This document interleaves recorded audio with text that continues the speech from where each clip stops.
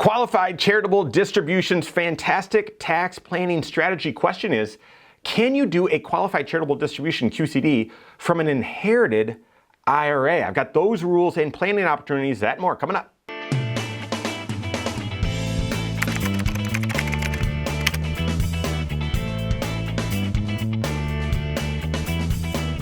My name is Mike Bernard. I'm the host of the Wise Money Show. I'm also one of the certified financial planners right here at Korhorn Financial Group. Make sure you hit that subscribe button, turn on notifications, and smash that thumbs up button. Many people overlook the really simple tax strategy. If you're charitable, you're donating to the church or a cause you care about, of using your IRA to do it. And this is sort of getting lost in the shuffle since there's a Rothification of everything, and I'm to blame as well. You guys know I love the Roth.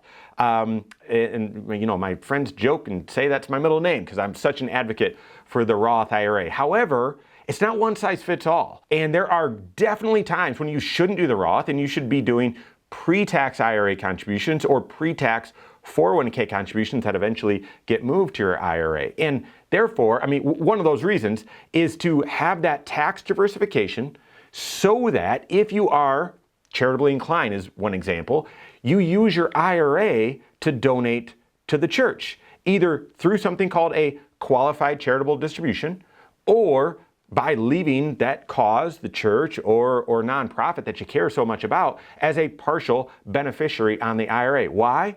Because by leaving those dollars or giving those dollars to the nonprofit, they're not taxable to them. Those are nonprofits. They do not pay tax, and therefore it's you got the tax benefit, and no one had to pay the tax consequence. Well, recently in a think tank of some of our advisors, we were working through a client case and just sort of talking through their goals and objectives, and then looking through the details of all 6 areas of their financial life and looking for opportunities. Hey, what are some opportunities to help them get closer to their goals and yet improve their financial life? And for these folks, they were giving to charity almost $50,000 a year, and yet they had some inherited IRAs as well. And the idea was broached, well, could they use their inherited IRAs to make a qualified charitable distribution directly to the church? Instead of having money come out of those inherited IRAs and then land on their tax return as taxable income and then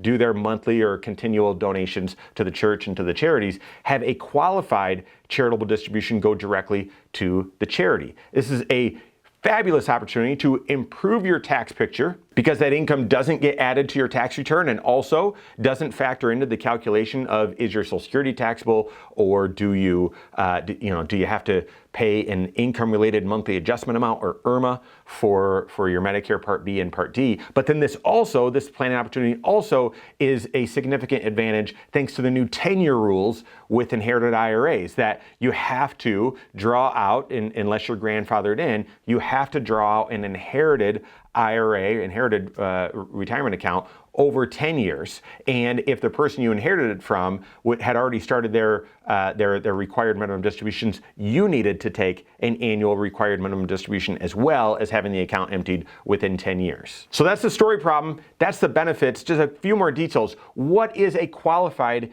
charitable distribution? Well, this is, like I said, where you're taking money directly from your IRA. Does not work with a 401k or a 403b. It's got to be an IRA where you're taking money directly from your IRA and giving it directly to the end charity. There's no pass go, there's no collect $200. This money cannot go to you and then to the charity. Many people make this mistake, think, well, I want to do a qualified charitable distribution. I'll withdraw $5,000 from my account. I'll give the $5,000 to the charity, to the church, and then I'll just document it on my taxes. This was a qualified charitable distribution. It's not qualified.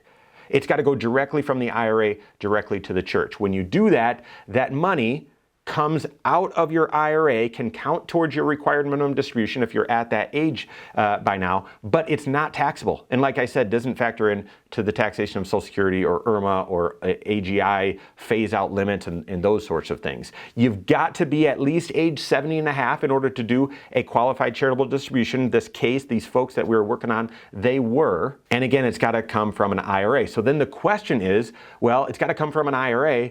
Does an inherited IRA count?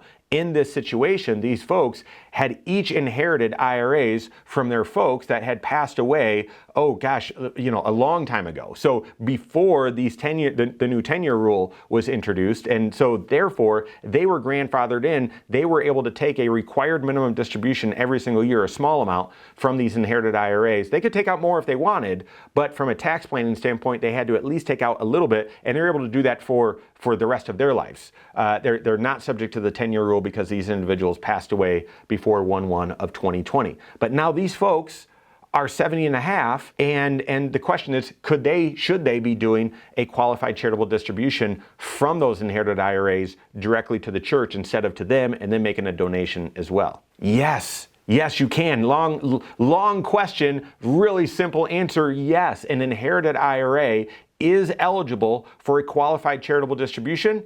You have to be age 70 and a half or older. Not the person the original account owner, you, the individual that has inherited the account, you've got to be at least 70 and a half. If you're not yet 70 and a half and you're charitably inclined, you're just going to have to take your withdrawal from the IRA, from the inherited IRA. And if you then make a donation to charity, fantastic. Hopefully you get the tax deduction, but I know you're not doing it for the taxes anyway. But as soon as you turn age 70 and a half, and these folks had recently turned age 70 and a half about just over a year ago, yeah, you can flip that and have those donations start coming directly out of the inherited IRA directly to the church or charity. In their situation, I know this is unique, but about $50,000 going to charities throughout the year. If all of that came through a qualified charitable distribution, these folks, they're in the 22% tax bracket. Guys, plus state taxes, that'd be nearly $15,000 of tax savings when you look at both federal and state taxes by just having the qualified charitable distribution, the money come directly from the IRA directly to the end charity. Some of it to church, the other, I think they were benefiting 4 or 5 different other charities. That would be real tax savings, not a tax deduction where you've got to pay the taxes later, and no different in how much is coming out or how much is being received by the end charity, just doing it a little bit differently, having the money go directly from the inherited IRA directly to the church. In this instance, unique instance, about $15,000 of tax savings every single year. Qualified charitable distributions is a lesser known tax strategy that actually makes a big difference, saves a lot of tax. Work with your certified financial planner on that. If you don't have a CFP on your team, you can contact one on my team. Find us online, Korhorn.com. That's Korhorn with K, wisemoneyshow.com. You can find us there as well, or send us an email, info@korhorn.com. All right, there you have it. Go out and take your next wise step in your financial life.